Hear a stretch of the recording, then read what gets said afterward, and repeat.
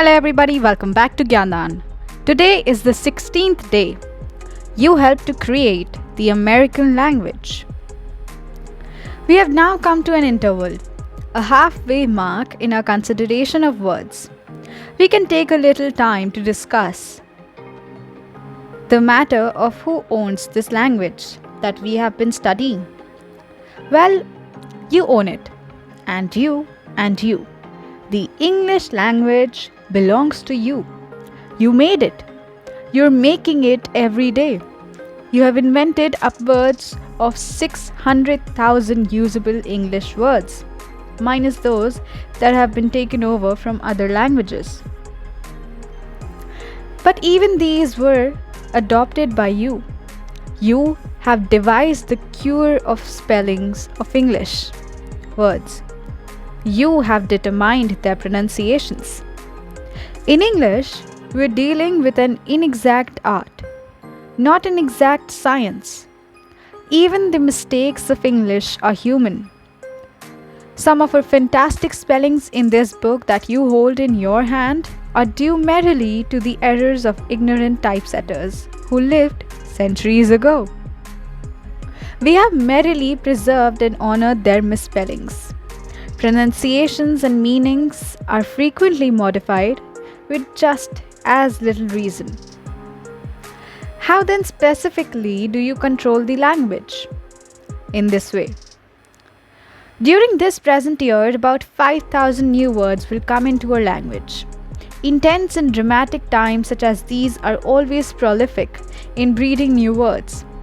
The scholars won't mint or invent these new words. They will just pop up. The scholars will have nothing whatsoever to say about how they shall be pronounced or spelled, as to what they mean. They will be pronounced and spelled and defined pretty much as the public pleases. If you were to ask the editor of Funk and Wagnall's New Standard Dictionary, or the Webster's, or the Oxford, or any other, who decides about these new words? This editor would answer, you do.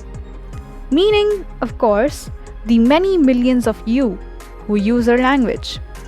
Let's take a case in point. The new invention, television, came in and some of you brought up the word telecast as a parallel term to broadcast. The experts of the broadcasting chains are bitterly opposed to the term. Scholars call it a bastard type of word, half from the Greek tele, meaning as you know, far away, and half from the English word cast. But telecast is going to be just the same, like it or not, thanks to common people who have already included in the current coin of their conversation. In similar fashion, that is, by usage, old words completely change their meaning. Nice words become coarse, and coarse become respectable. Slang, for instance, is a good example of the latter more, on the part of words. A great mass of our language was once the slang of the various gashouse districts of the world. A large part of it came from over the railroad tracks. Purists and highbrows protested and fulminated against it. But little by little, common usage made many of these words so respectable that the scholars were willing to use them and were forced to include them in the dictionaries. Around 230 years ago, for example, Dean Swift was kicking slang at the then current use of such slang words as bubble, sham, bully, hips, as a disgrace to our language. Now you and I use them very happily. Let us recite a few more that were once a slang. Gin, boycott, cab, greenhorn, hoax, jingoist. You see, the masses kept on using these words until they had to be included in our lexicons.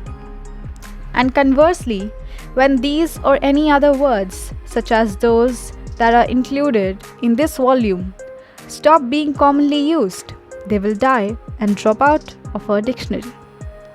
You will determine this, and our lexicographers will have nothing to do with it.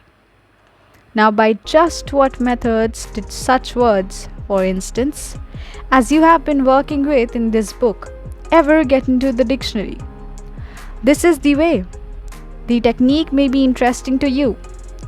Somebody writes in and asks the dictionary publishers about an apparently new word, or a staff reader discovers in among the Niagara of words pouring out from the presses of the world. So they first check it to find if it really is new.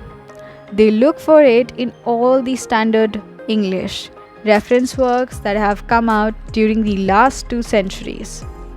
If they don't find it there, and since it might be foreign, they leaf through glossaries of Sanskrit, Maori, Hansa, Urdu, Hebrew, Afrikaner, and all other languages, ancient and modern, that were spawned by the Tower of Babel.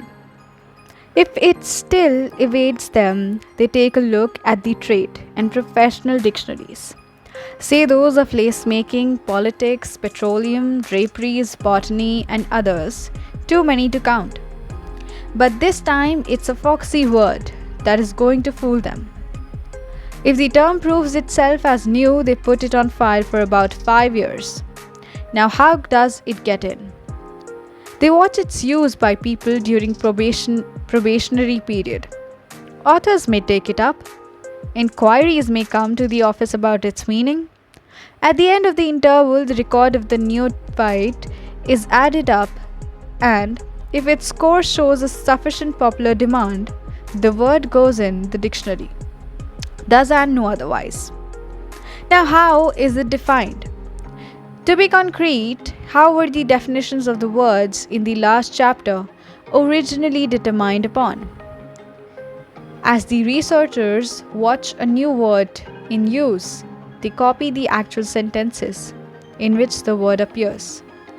When a given dictionary editor finally sits down to make up his definition, he will have in front of him a stack of cards containing sentences that give the word and the context. The meaning or the meanings that he gives the word will be based on not any way on his own opinion, but upon the sheaf of popular quotations he finds in front of him. His authority and the authority of the dictionary then lie not in this editor's particular scholarship, but in your whim and in the whim of the other millions who have invented, pronounced, spelled, and defined the words for him. And so when we study the English language, we are studying on our own handiwork.